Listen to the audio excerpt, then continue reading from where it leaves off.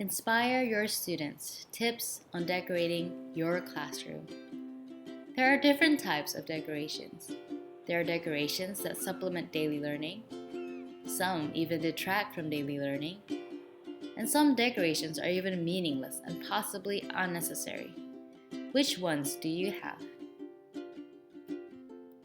As teachers, it is really important to ask yourself, what kind of atmosphere do I want my students learning in? As you decorate, definitely think about how your displays can help to set a certain tone about your classroom. What your decorations accomplish can go far beyond atmosphere. You must also ask, how can my decorations enhance student learning this year? Teachers often underestimate the long-term impact of what hangs on the walls. These kind of decorations hold an enormous potential to sink in with students and provide them with a sense of community and ownership within the classroom itself.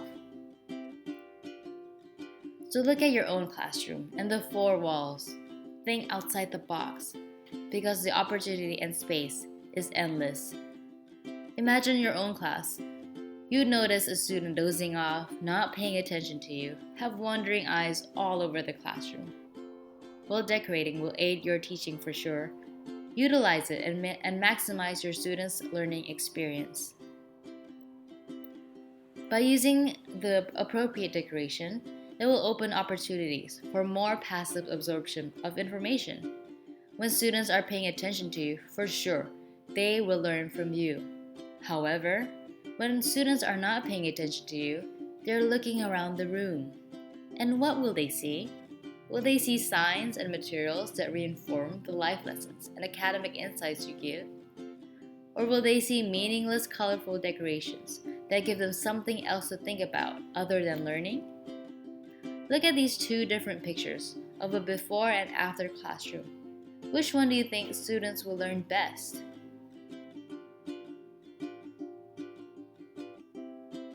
From the after picture, we see that the classroom is neatly organized, colorfully decorated, yet not distracting for students. Within this classroom, we see posters. Posters should be captivating and easy to read. It can be a brain break for students who may be tired and sleepy. Look for posters with positive words that can encourage them to be better and succeed. This poster was made by a teacher. She writes her hopes and prayers for her students. She wanted to make her students feel cared and loved. It is a great idea to build connection, relationships with your students. The next poster is a very impactful poster. It teaches students important characters from famous people who has overcome their weaknesses. Your posters can also be about rules or norms. This one is about how students should responsibly use technology. This next poster can also be about your own classroom norms.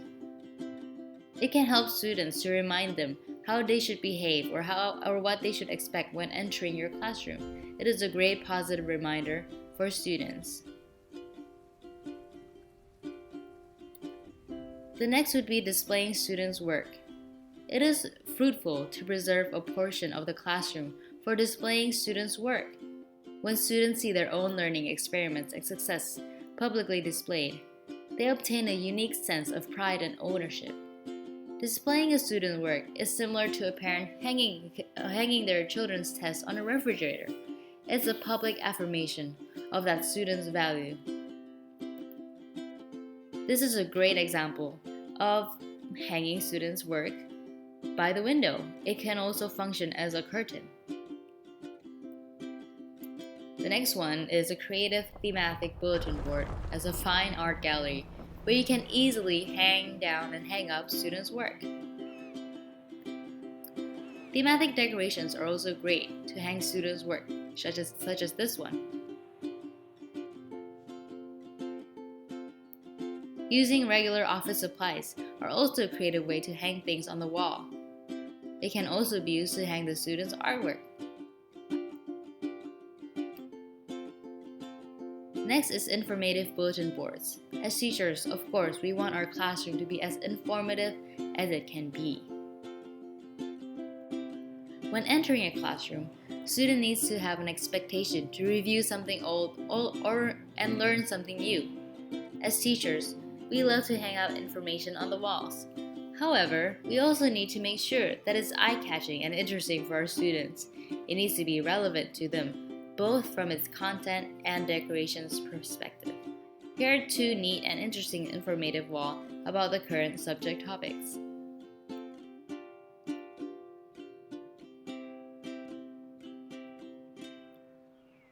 Another aspect is sense of community in the classroom. The walls are something everyone shares and everyone can see. So include visuals that contribute a sense of togetherness or mutual understanding. For example, update what you or your students are currently reading on a big chart. Have a question wall where students record their curiosities, what they aspire to be when they grow up, or include an area where students' academic goals are posted.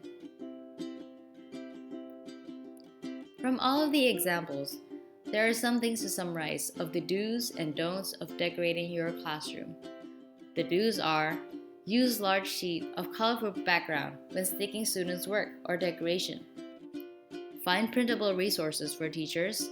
As you know, there are plenty of free printables online. You will save more time using printables and templates that are available online instead of having to draw, design, and cut accordingly. Thirdly, you should quote famous characters that are inspiring for students. Fourthly, update your classroom's contents. You will always be having new topics for your subjects, so do not forget to update your contents on your boards. Lastly, to avoid damage towards the paint, we should use masking or paper tapes. And using the large sheet of colorful background will also minimize the damage. The first don't is we should not stick students' work straight to the wall. As I mentioned before, it will damage the paint. Secondly, do not put clutter or hang clutter on the wall. Hanging students' work should be neat and also decorated strategically so it can be viewed nicely. Lastly, don't throw away previous decoration materials. You never know when you're going to need them. Large sheets of paper can be reused, as well as small decorations.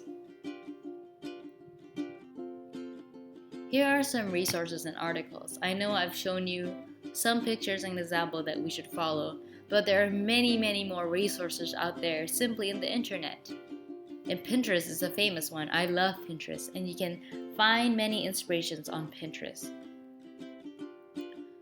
Learning, ownership, and community. It makes immeasurable contributions to students' growth. But imagine the lost opportunity if the wrong decorations were used. Imagine how the wrong posters, the meaningless displays, or the same old phrases were posted.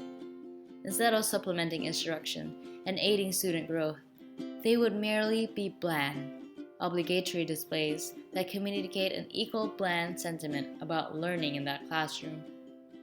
So as you move to set the tone in your classroom with your unique decorations this year, make sure that you consider what impact what's on the wall that can really have to our students.